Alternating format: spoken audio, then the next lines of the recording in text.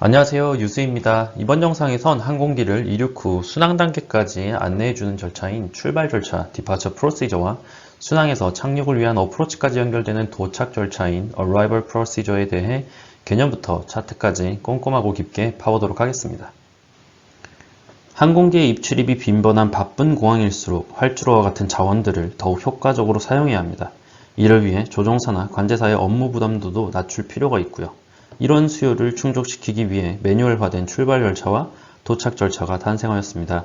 계기 비행 기상 조건이든 시계 비행 기상 조건이든 정해진 경로를 정해진 속도로 항공기들이 들어오고 나가기 때문에 비행기마다 같은 지시를 반복해야 했던 불필요한 교신이 줄어들었음은 물론이고 안정성 또한 증가하여 통제가 수월해졌습니다. 보다 효율적이고 안전한 관제가 가능해진 거죠. 불필요한 교신이 어떻게 줄어들었을까요? 출발 공항인 A에서 순항 경로의 시작점인 B 포인트까지 A1, A2, A3, A4, A5를 거쳐 가야 한다고 이야기를 해보겠습니다. 그럼 관제사는 조종사에게 A에서 A1, A2, A3, A4, A5를 통해 B 포인트로 가라는 지시를 해야 합니다. 벌써 말이 길죠? A에서 B까지 가는 루트를 유수 디파처 프로시저라고 명명하겠습니다. 그럼 이제 관제사는 파일럿에게 그저 유수 디파처 프로시저를 수행하라고 한마디만 하면 됩니다. 좀 전에 이 모든 과정이 단어 하나로 압축이 되는 거죠. 이는 Arrival Procedure에도 똑같이 적용됩니다. 불필요한 교신이 줄었고 지시가 한결 수월하게 전달되었죠. 조종사와 관제사의 업무량이 대폭 줄어드는 혁신이었습니다. Departure Procedure는 출발 공항에서 이륙 후 순항 경로까지의 출발 절차입니다. 기체의 종류나 탑재된 항법 장비, 출발 공항에 따라 크게 ODP, Obstacle Departure Procedure, 그리고 SID, Standard Instrument Departure로 나뉘는데 모두 공항 근처의 장애물을 안전하게 피할 수 있는 Obstruction Clearance가 제공되고 있습니다. 이제 차트를 보면서 얘기를 좀 해볼까요? LA공항의 Obstacle Departure Procedure 차트입니다. 상단에서 하단까지 하나하나 짚어보도록 하겠습니다. 가장 왼쪽에 있는 KLAX, LAX 이 부분은 ICAO, IATA 코드입니다. 공항의 식별 코드를 보여주는 것이고요. 옆에 A, 대문자 A가 달려가는 아이콘은 에어라인 차트 아이콘입니다. 잽슨에서 만들어내는 차트는 스탠다드 차트와 에어라인 차트 두 가지로 나뉘는데요.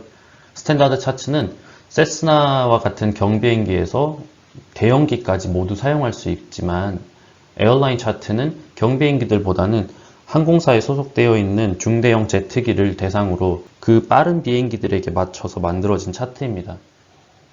스탠다드 차트 왼쪽 하단을 보시면 A, B, C, D라고 비행기의 속도별로 항공기를 분류해 놓은 카테고리가 있는데 에어라인 차트는 C와 D만 있는 걸 볼 수 있습니다.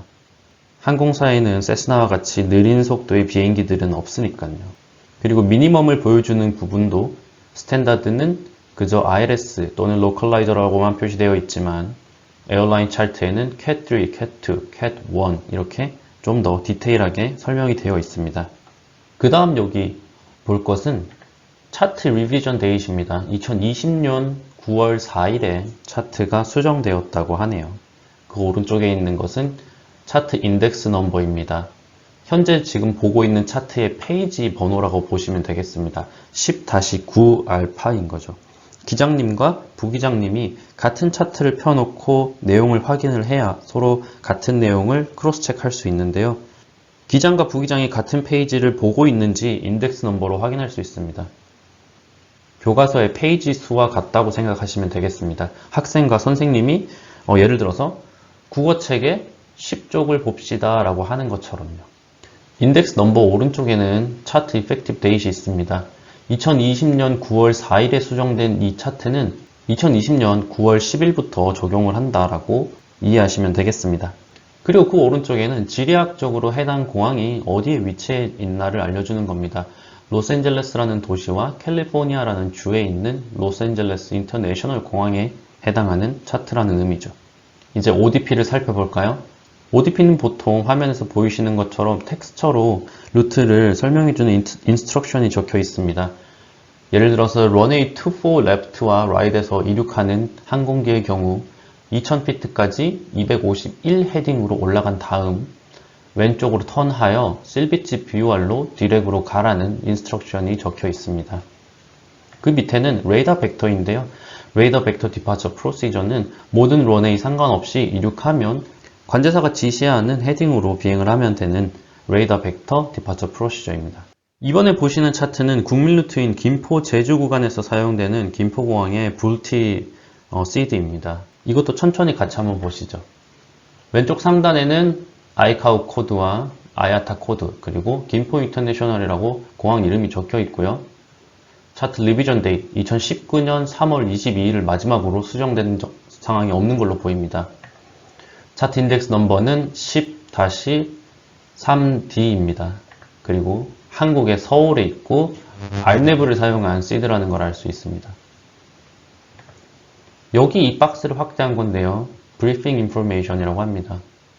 이쪽은 이 디파처 프로시저를 관장하는 디파처 프리퀀시, 서울 디파처의 프리퀀시가 나와 있습니다.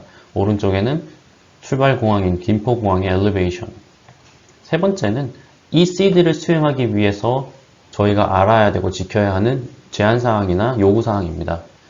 트랜지션 알티튜드는 14,000 피트 위로 올라가는 순간 알티미터 세팅을 29.92 또는 1013 밀리바로 세팅을 하라는 인스트럭션이고요. 1번, 알네브 1 오퍼레이션이 가능한 비행기여야 한다. 알네브 1 오퍼레이션이라고 하면 1너리클 마일 이하의 오차 범위를 95% 이상 동안 유지를 하고 있어야 된다는 뜻입니다. 2번에 있는 GNSS or DME are you required? 이 시드를 사용하려고 하는 항공기에 이러한 이퀴먼트가 필요하다는 거고요. 3번 ATIS Surveillance Service Required. 관제사의 관제하에 수행해야 되고 4번 If unable to comply with blah blah blah. 이러한 지시사항, 제한사항들을 수행하지 못할 경우 관제사에게 미리 말을 해서 다른 방법을 안내받아라라고 적혀 있습니다. 그리고 그 밑에는 프로시저의 코드가 적혀 있네요. 불티 1R하고 노픽 1R. RNAV 디파처이며 런웨이는 14 left와 14 right을 사용합니다. 남쪽으로 향해 출발하는 시드는 불티이고요. 서쪽으로 가는 시드는 노픽. 두 가지 시드가 한 페이지에 같이 표현되어 있을 뿐입니다. 여기 작은 칸을 제가 크게 확대를 해놨습니다. 잘 안 보이실까봐요. 첫 번째 제일 위에 있는 워닝 페이지는, 워닝 부분은요, 워닝 섹션은 여기 보시면 하늘색의 원이 있고 여기도 하늘색으로 구역이 표시되어 있는 걸 볼 수 있습니다. 이거는 restricted area와 prohibited area인데요. 함부로 들어가면 안 된다라는 경고문이고요. 그 밑에 있는 거는 lost con procedure. 만약 이 시드를 수행하고 있는 도중에 통신장치에 문제가 생겨 교신이 불가능하게 될 경우 10-3 인덱스 번호를 뜻합니다. 김포 인터내셔널 RKSS 공항의 10-3 인덱스를 확인해 보면 Lost Communication Procedure가 있는데요. 그걸 그대로 수행하라라고 표시해주고 있습니다. 그리고 그 밑에는 Climbing Instruction입니다. 이것도 천천히 한번 봐볼까요? 6.5% Climb Gradient Required until reaching Flight Level 1704 ATC Purpose. 17,000고도까지는 6.5%의 Climb Gradient로 상승을 하라는 뜻입니다. 내 그라운드 속도가 만약에 200이다. 그러면 최소 1317 FPM으로 올라가면 이 조건을 만족시킬 수 있다라는 표를 보여주고 있고요. 두 번째 줄에는 minimum 5.9% climb gradient is required until blah blah blah. 여기 보시면 1번이라고 작은 숫자가 적혀 있습니다. 이 부분을 얘기하는 거예요. 확대를 해볼게요. 여기가 양천구에 있는 지향산인데요. 지향산 꼭대기가 413피트예요. 그래서 그 산으로부터 최소한 안전하게 가려면 5.9% climb gradient로 1000피트까지 최대한 빨리 상승하라라는 클라이밍 인스트럭션입니다. 그 다음 그 밑에는 각 시드에 맞는 루팅 인스트럭션이 적혀 있습니다. FMC에 입력되어 있는 루트가 맞는지 확인할 때는 화살표를 보면서 따라가는 것보다는 이렇게 텍스처로 이루어진 인스트럭션이 훨씬 더 도움이 됩니다. 그럼 지도에 있는 화살표를 한번 같이 따라가 볼게요. 김포에서 이륙을 해서 SS701을 지나 710까지 갑니다. 근데 여기 보시면 3000이라는 숫자 밑에 줄이 그어 있고요. 얘는 6000이라는 숫자 위에 줄이 그어 있죠. 이 말은 여기 710을 지날 때는 3000보다 여기 710을 지날 때는 고도를 3000 또는 3000 그 이상으로 가라는 뜻이고요. 710을 지나서가 웨이포인트를 지날 때는 6000 또는 6000 이하로 가라는 것입니다. 주산을 지날 때는 8000 이하로, 그리고 720을 지날 때는 10,000 이상으로. 그럼 위아래로 줄이 다 끄어져 있는 곳은 6000 이상과 6000 이하를 동시에 만족시키는 고도인 딱 6000을 지켜서 이 픽셀을 지나가라라는 인스트럭션입니다. 그래서 주산 720, 721을 지나 불티까지 비행기가 왔다면 불티 시드는 마무리되는 것입니다. 이번엔 김포에서 출발하지만 RNAV가 없는 항공기도 사용할 수 있는 안양 1F 시드를 한번 같이 보도록 하겠습니다. 제가 좋아하는 세스나 252 같은 경우 이 시드를 수행할 수 있겠죠. 첫 번째, 위에 보시면 마찬가지로 RKS, S. 위에 보시면 똑같습니다. Revision Date, Index Number, 그리고 서울 코리아 시드. 서울 디파처의 frequency, airport, elevation, requirement가 있는데요. 역시 transition altitude는 14,000. 그리고 1번 보시면 이전 차트와 똑같죠. prohibited area, 피하라는 경고문이 있고요. 그리고 이 시드를 수행하는 데 있어서 적합하지 않다면 ATC에게 알려달라고 말하고 있습니다. 출발 전에요. 그리고 3번에 보시면 stepped climb이라고 적혀 있는데요. 이거는 클라임을 일자로 쭉 하는 게 아니고 구간별로 계단처럼 이렇게 계단식 클라임을 하라라고 되어 있습니다. 안양 1 Foxtrot, 송탄 1 Foxtrot 디파처, 런웨이는 1 for left와 1 for right을 쓴다 라고 프로시저의 코드가 적혀 있고요. 다음 워닝 똑같습니다. prohibited area 조심하라. lost con procedure는 index number 10-3을 확인하라. climbing instruction 6.5% 또는 5%의 climb gradient로 상승을 해달라.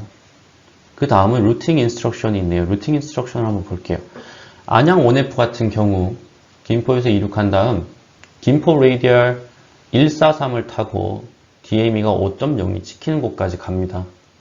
거기에서 오른쪽으로 턴을 해서 intercept 안양 VOR 레이디얼 338에 들어가서 안양 VOR까지 디렉으로 날아갑니다. 안양 VOR을 지날 때는 at or above 4,000, 4,000 밑에 밑줄 그어져 있는 거 보이시죠? 그리고 maintain 6,000 until instructed by ATC. 안양 VOR을 지나서는 6,000feet를 유지하라고 합니다. 그리고 여기 보시면 Airway Bravo 756라고 되어 있는데 차트에는 576이라고 되어 있거든요. 여기 라우팅 인스트럭션에 있는 이 부분이 오타가 난 것 같습니다. 756이 아니고 576입니다. 안양 VOR을 지나서 5마일, 안양 VOR을 지나서 5마일이 되기 전까지는 5,000까지 올라가라는, 5,000 이상으로 올라가 있으라는 뜻이죠. 여기 보시면 5,000 밑에 줄이 그어져 있는 걸 볼 수 있습니다. 그리고 난 다음에는 SOT VOR, 송탄 VOR이요. 여기 조금 가려져 있네요. 죄송합니다. 송탄 VOR은 11,000피트 그 이상으로 가라. 이렇게 인스트럭션이 되어 있습니다. 그림으로 볼까요? 요렇게, 요렇게, 요렇게, 요렇게. 네, 요렇게 가는 게 안양 1 팍스트롯의 CD였습니다. 순항 단계에서 착륙을 하기 위한 하강 경로로는 스타, 스탠다드 터미널 얼라이벌 라우트를 사용합니다. 이번에도 김포 제주 국민 루트에서 사용되는 제주공항의 도톨 얼라이벌을 보면서 얘기를 해보도록 할게요. 왼쪽 상단에는 제주공항을 뜻하는 RKPC와 CJU, 그리고 Revision Date, Index Number, 서울 제주, 죄송합니다. 한국 제주 RNAV를 이용한 스타다, DATC의 주파수와 Airport Elevation, 그리고 Requirement와 Restriction이 있네요. Altimeter 세팅은 헥토파스칼 단위이며 전위 고도는 Flight Level 140. 하강에서 내려올 때 14,000피트를 통과하는 순간에는 Local Altimeter 세팅을 맞춰야 된다는 뜻입니다. 여기 보시면 DATS라고 되어 있죠. D는 디지털화된 ATS를 말하는 겁니다. EFB나 FMC를 통해서 텍스처로 된 ATS를 보여주고요. 여기 옆에 있는 별표는 파트타임이라는 거예요. 이 DATS라는 기능은 24시간 작동하지는 않는다는 뜻입니다. 그 다음은 이제 프로시저 코드가 이렇게 쫙 나열되어 있네요. 이 수많은 프로시저들, 얼라이블 프로시저를 한 맵에 지금 표현을 해놨다는 뜻이고, rlib를 이용해서 런웨이 7까지 오는 얼라이블입니다. 그 다음에는 이제 스피드 리스트릭션이 있네요. 체니에서부터 유민까지는 220노트보다 빠르게 하지 말고 뱅크 앵글은 25도를 넘지 말라고 하는 리스트릭션이 적혀 있고, 그 밑에는 포인트 멀지 프로시저라고 또 표현이 되어 있는데요. 이 체니라는 부분에서 이루어지는 포인트 멀지는 수많은 얼라이블에서 오는 비행기들이 유민까지 가기 위해서 체니라는 지점에서 모든 비행기들이 합류를 해서 같은 길로 오기 때문에 이 부분은 비행기들이 합류하는 곳으로 트래픽이 많고 위험한 부분이다 라는 것을 지금 알 수 있겠죠. 그래서 루팅을 보면요, 뭐 도톨, 마켓, 탐나 모든 곳들이 유민을 향해서 가리키고 있습니다. 유민. 확대를 해볼까요? 이 첸이라는 곳은 이런 프로시저들에서 오는 친구들이 다 모여서 지나가는 곳이고, 고도는 9000피트. 같은 고도로 여러 방향에서 비행기들이 오니까 위험한 거죠. 그래서 관제사들은 비행기들이 어떻게 정렬되어 있는지에 따라서 체니에서 곧바로 유민으로 보내거나 아니면 추자에서 유민으로 바로 보낼 수도 있고 도톨에서 유민으로 바로 보낼 수도 있습니다. 이렇게 시드와 스타는 상황에 따라 관제사에 의해 절차 중간 부분이 생략될 수도 있고요. 또는 파일럿의 요청에 의해 시드나 스타를 아예 사용하지 않을 수도 있습니다. 비행기가 출발하고 도착하며 트래픽이 증가되는 구간인 만큼 굉장히 중요합니다. 비행 전에 꼼꼼히 확인하시기 바랍니다. 영상에서 사용한 차트는 잽슨사의 차트이고요. 저는 이 차트를 내비그래프라는 시뮬레이션용 차트 서비스를 구독하면서 사용하고 있습니다. 내비그래프와 잽슨사의 차트 설명서를 링크에 남겨둘 테니 제 설명이 부족했던 부분은 설명서를 참고 부탁드립니다. 영상을 올리다 보니 구독이나 좋아요, 댓글들이 정말 큰 힘이 되더라고요. 만약 이번 영상이 도움이 되셨더라면 부탁을 드리고요.